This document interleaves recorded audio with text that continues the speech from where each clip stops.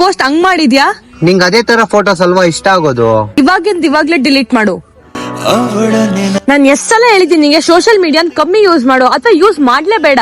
ನಾನು ನೋಡಿದೀನಿ ಈ ತರ ಹುಡುಗರ್ ಫೋಟೋಸ್ಗೆ ನೀನ್ ಕಾಮೆಂಟ್ ಮಾಡಿರೋದ್ನ. ಅವ್ರೆಲ್ಲ ನನ್ ಫ್ರೆಂಡ್ಸು.